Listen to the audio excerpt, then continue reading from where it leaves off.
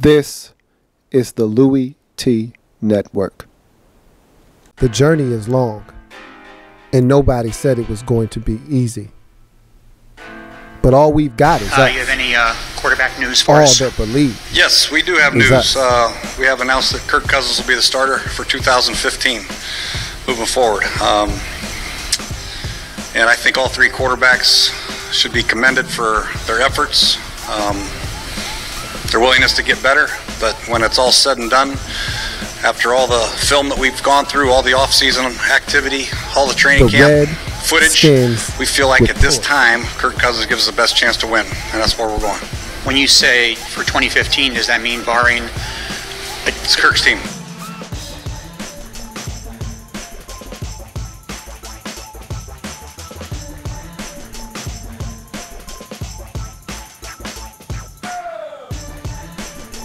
Welcome, all my fellow Redskins brethren and sisters. I am your man and resident Redskins fan, Lou. Thank you for joining me here, Redskins Report. Week 5, bow and go. Let's put a nice, pretty meat bow on that Week 4 exhilarating divisional come-from-behind victory over the Philadelphia Eagles and go to the huge road test versus the Atlanta Falcons in the Georgia Dome in week number 5. But first, let's put that bow on that Week 4 W. Very, very big win for the Redskins. Huge! Don't want you to get too excited though, okay? Keep your eyes on the prize that's in front of us. Don't want to look back too far, but I do want to talk about a few things in that ball game. We haven't seen a win like that in a while in DC. And yeah, we had a come from behind win versus the Cowboys last year, but this is a lot different. One, we've got a guy in Kirk Cousins that we want to get behind, and we needed to see a W like this. We needed to see the moxie, the poise, and the ability to lead this team from behind to a W. We needed to see that. 2, we needed this W over a struggling Eagles football team. I felt like that team had some issues, and I said it before the game. I said, hey, this Eagles team, they're more talented than we are. As a whole, they've got more talent than we do, but we're further along in our journey than they are. They're struggling right now. They don't have what we have right now. We have a lot more continuity going for us than they do. We need to get this W. We're at home. We've got a lot of things going for us that they don't. Let's get this W. And 3, this was a situation where I felt like if we're going to win this game, we're going to give ourselves a chance to have a season. Last year when we beat Dallas, we were just trying to wreck stuff. When we beat Philadelphia late in the season last year, we were trying to wreck stuff, okay? That was a come-from-behind victory versus the Eagles. We were trying to wreck stuff. We didn't have a season, so we wanted to make sure nobody else had a season. This is different. We still have a shot at 2-2. We are now currently tied for first place in the NFC East. We got a chance to have ourselves a season, folks. And it's games like that that are going to give us the confidence necessary to push forward and potentially put ourselves in a position down the road to maybe compete. I'm not using the P word. I'm not going to use the P word. We're not going to do that. But we're in a good place right now. Okay? So that was a big win. A couple of things from that game, and then we'll move on. Jordan Reed suffered an MCL sprain, an ankle injury, and he's got a concussion. The MCL sprain, the ankle injury, those aren't new with Jordan Reed. Neither is the concussion, but that's the most difficult injury to get by of the 3. That's the one that's going to stand out the most. That's the one that's going to keep him on the shelf the longest. And I'm at this point worried about his long-term health. This is like his 4th or 5th concussion since college. I'm worried about him. And I'm not going to lie to you. I remember a couple of years ago, he had a similar injury, a concussion, And we didn't see him for the rest of the season. I mean, he missed literally like 6 or 7 games to finish the season. And into the offseason, he was still complaining of concussion-like symptoms. So I'm worried for Jordan Reed, and I don't expect to see this guy anytime soon. So that's a devastating blow to our offense. He was huge for us on third downs. He was a mismatch nightmare. He won matchups, and just his presence on the field alone opened up opportunities for others to win one-on-one matchups and get favorable coverage. So we're gonna miss Jordan Reed. Jay Reed will be sorely missed. That being said, thought that some guys stepped up in a major way in that Eagles victory. First things first, Spencer Long, man, big ups to my man Spencer Long. He came into the season as the penciled-in starter at right guard, and it didn't work out. They ended up moving Sheriff to guard and putting Morgan Moses in at right tackle, and it's been a beautiful fit for both of those guys. Spencer Long just simply wasn't ready to be the guy at right guard, and so he gets an opportunity via injury to get another chance to show that, hey, I can play at this level, and I thought he played really well. Sands for one breakdown in protection, and Kirk was able to slide and avoid a safety. I thought Spencer Long was outstanding in this football game. Kudos to Spencer Long. Jamison Crowder, my goodness, Jamison Crowder. What a performance from Jamison Crowder, and Andre Roberts, inactive.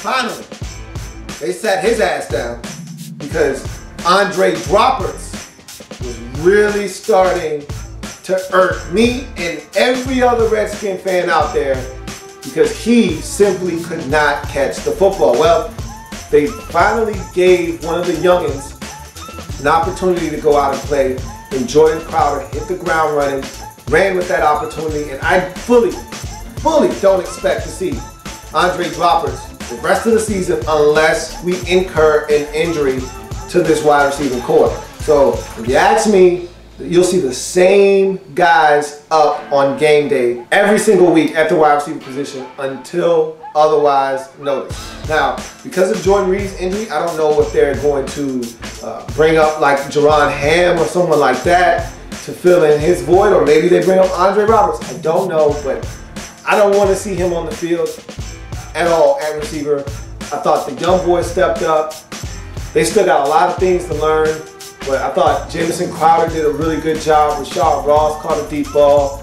I thought he did some okay things in this game, so feel good about what the youngins were able to provide for us in this football game. We know about Chris Culliver and Cully's injury, and he wasn't right. He went out, he gutted it out, and gave us a bunch of snaps, and I got nothing but respect for him because that was all heart.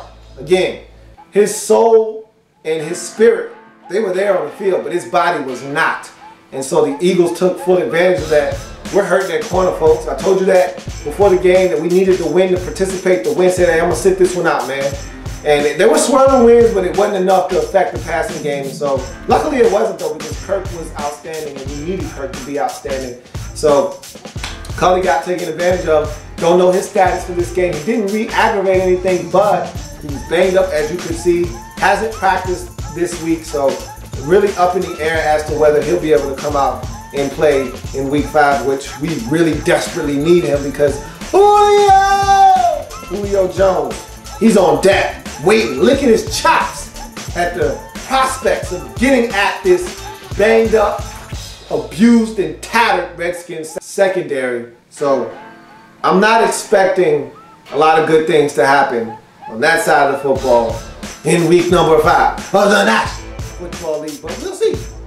Only time will tell. But I thought we got some great contributions from, the guys up front. Chris Baker, big swaggy with 2 sacks. Thought he had a tremendous showing.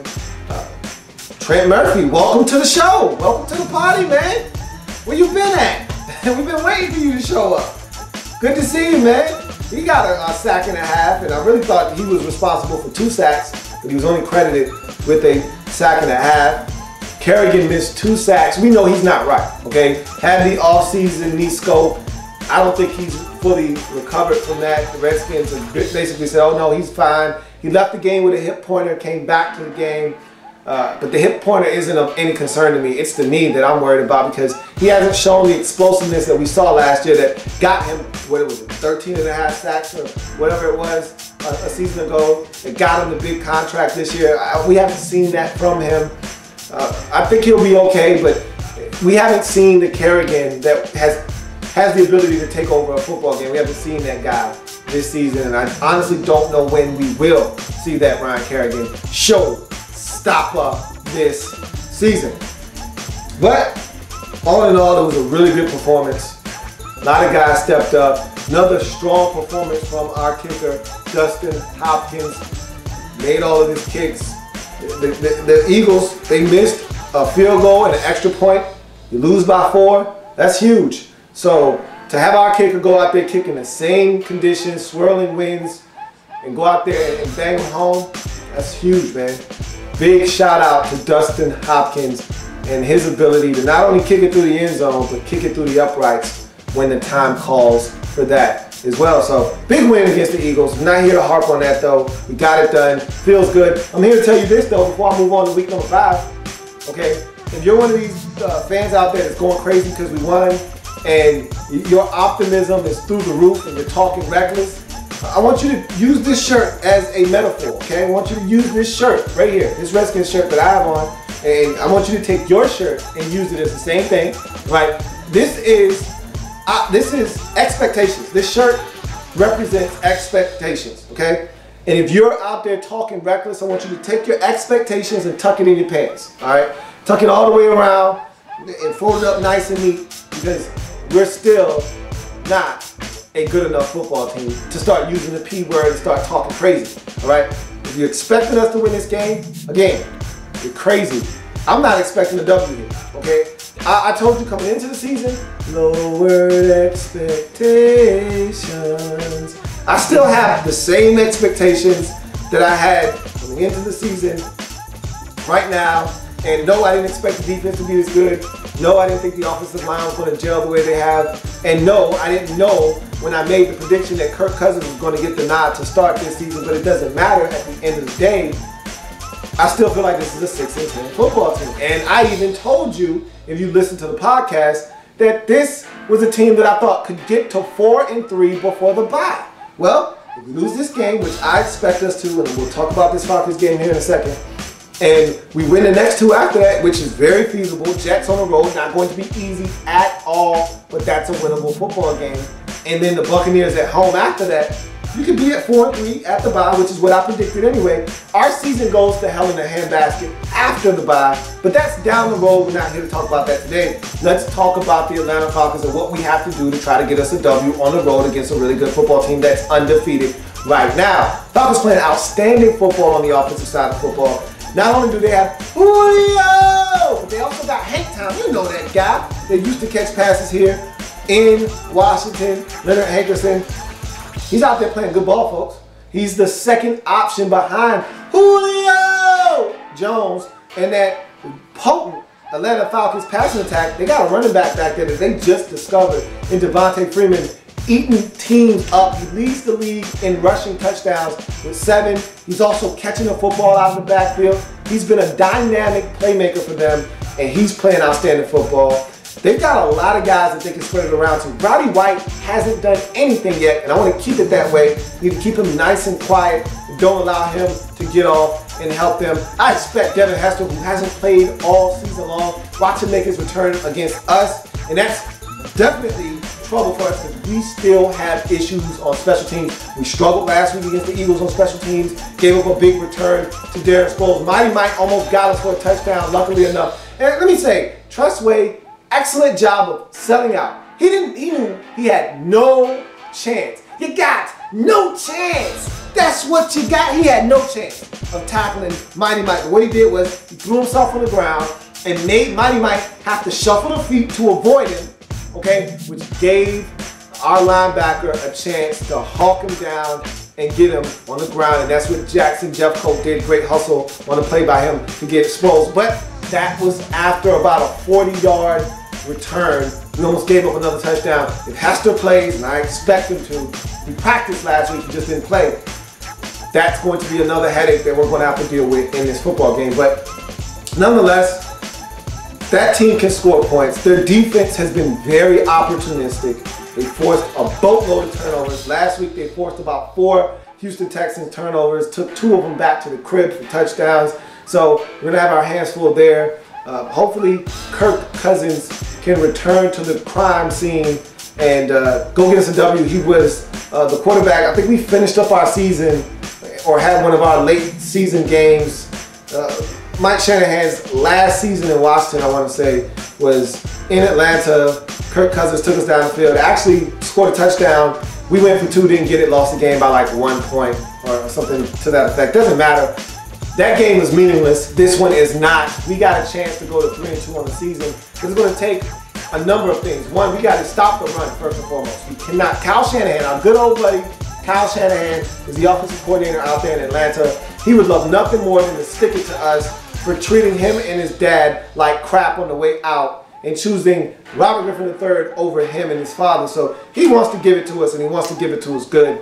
And he's got the offensive firepower to do just that. If we don't stop the run first, which is, you know, a staple of Kyle Shanahan's playbook. He wants to run the football, set up play action fake, drive the football down the field. If we stop the run first, we've got an opportunity to then turn our attention to number 2, Matt Ryan, and see if we can't get him to make some mistakes. Going to be pretty tough. Hasn't made a lot of mistakes this season, but any quarterback can be battled. Take the running game away, and you apply pressure. We can do that, but I'm telling you right now, if we don't come with one of our best efforts, we're not going to stop the run. And you know what? I'm not going to even say that because I fully expect us to stop their running game. I'm really confident in our front seven's ability to stop anybody's running attack, okay? Where I'm a little nervous is getting pressure. Joe Barry doesn't like the blitz, okay? And that's an understatement, okay? He'll blitz once every blue moon, but for the most part, he wants to get pressure. And we've done a really good job of getting pressure with 4, with 3. Well, I don't see that happening in this game. If you're going to get pressure, it's going to have to come from blitzing. You're going to be afraid to blitz because if you blitz, that means somebody's singled up outside, and most likely that's going to be Julio Jones. And we don't have a healthy secondary.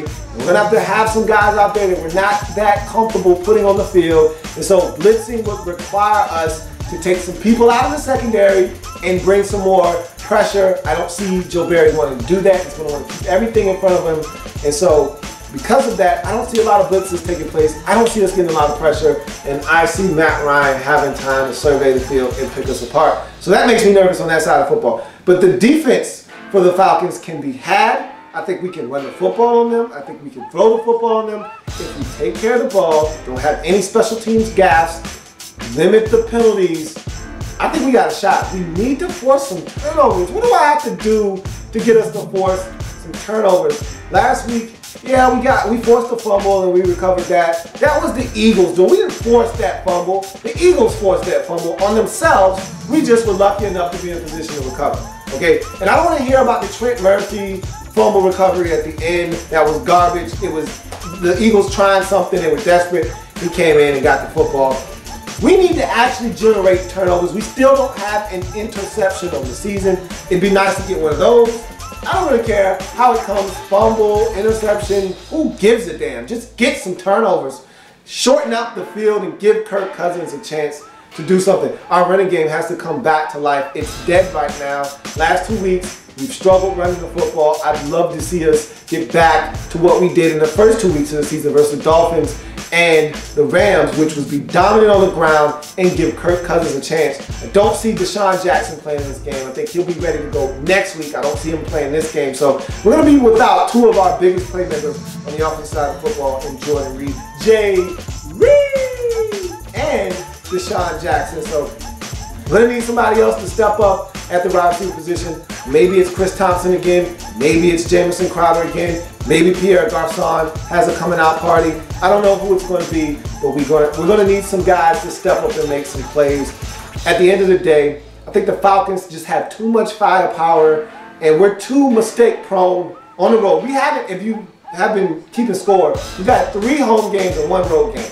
We looked god awful in the 1 road game, and we looked good enough to win all 3 of the home tilts. Until we go on the road and take what we've done at home on the road, I'm not convinced that we can beat a team of that caliber in their building. They're undefeated, playing with a lot of confidence. I think we got a shot, okay? Would not surprise me in the least if we went in there against a Falcons team that took us for granted and we snuck them, but I just don't see it happening. I think the Falcons are gonna do enough to beat us in their building, 30-20, beat us, send us back home, and then we got another road one next week against the Jets, but let's focus 1 game at a time and try to get this one. But I see the Falcons getting us 30-20 and us just not being able to do enough defensively with that banged up secondary. I'm nervous. I think they're going to take advantage of all of the deficiencies we have on the defensive side of the football. I am a Redskins fan, etched in burgundy and gold. My Redskins spirit will never die. My Redskins spirit will never fold. Until we meet again, hail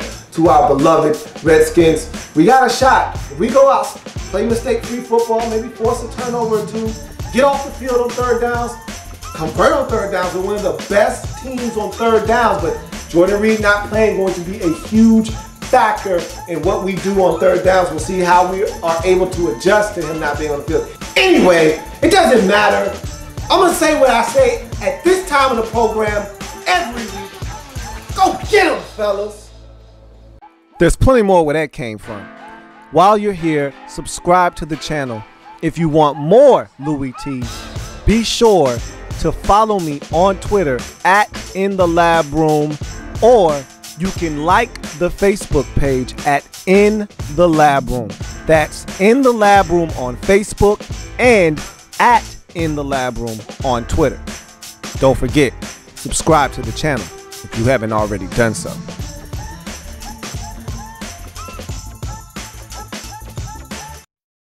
The Redskins Report.